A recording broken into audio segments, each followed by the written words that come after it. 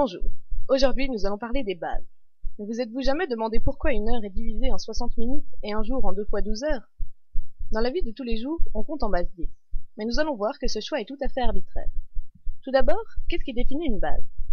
Notre système de numérotation en base 10 comporte 10 symboles en tout qui vont de 0 à 9. Avec ces 10 symboles, on peut écrire tous les nombres que l'on souhaite, que ce soit 3, 1291, 3,5 ou pi.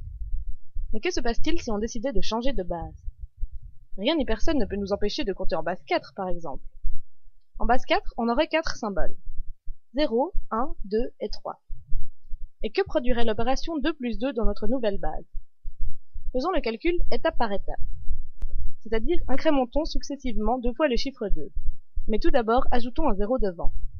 On incrémente une première fois. Mais maintenant, que se passe-t-il lorsqu'on incrémente étant donné qu'il n'y a pas de chiffre 4? Pour cela, revenons un petit moment en base 10 et regardons ce qui se passe lorsqu'on passe de 9 à 10. Quand on est à 9 et qu'on veut incrémenter, le chiffre des unités revient à 0 et le chiffre à sa gauche s'incrémente. Revenons maintenant à notre base 4 et effectuons la même opération. Lorsqu'on incrémente 3, on obtient donc 10. Donc, en base 4, 2 plus 2 égale 10. On peut donc compter et calculer dans la base que l'on veut.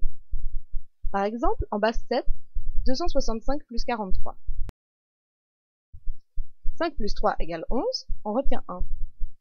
1 plus 6 plus 4 égale 14, on retient encore 1. Et 1 plus 2 égale 3. Et c'est la même chose pour la division, la multiplication et la soustraction.